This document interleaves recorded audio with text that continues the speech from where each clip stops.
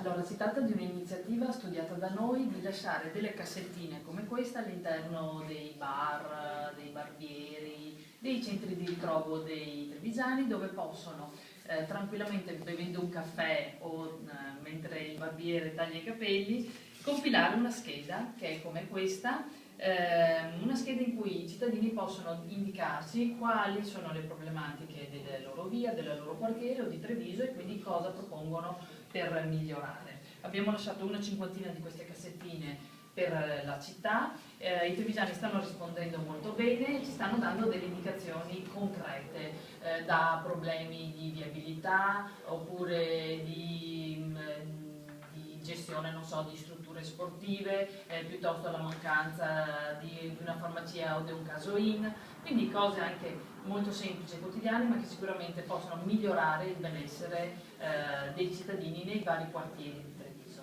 Ecco, una delle questioni che sicuramente sono al centro di questa campagna elettorale è quella del risico immobiliare, del trasferimento mancato di varie istituzioni alla Piani. La vostra posizione in questo senso qual è?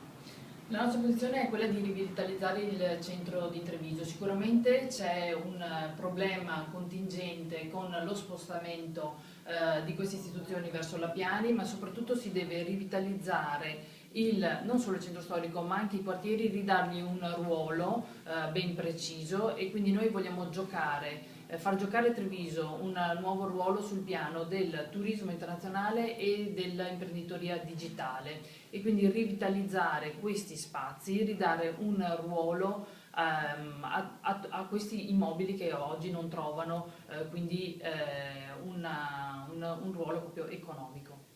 Grazie. Grazie a voi.